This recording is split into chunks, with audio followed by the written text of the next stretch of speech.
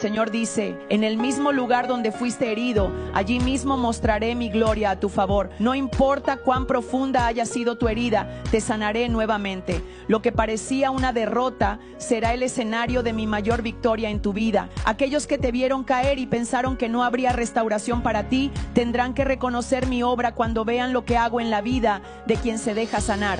Porque yo soy el Dios que convierte la ceniza en belleza y la tristeza en gozo. Cuando decido restaurar, allí donde intentaron destruirte, yo extenderé mi mano para sanarte. En tus cicatrices, mi poder será evidente para que otros vean que yo soy fiel. Donde te derribaron, te levantaré. El mismo lugar que fue tu dolor será ahora tu testimonio. Los que pensaron que de ti no surgiría nada bueno, verán en ti un instrumento vivo de Dios en la tierra. Si lo crees, decláralo y di, así será. Amén.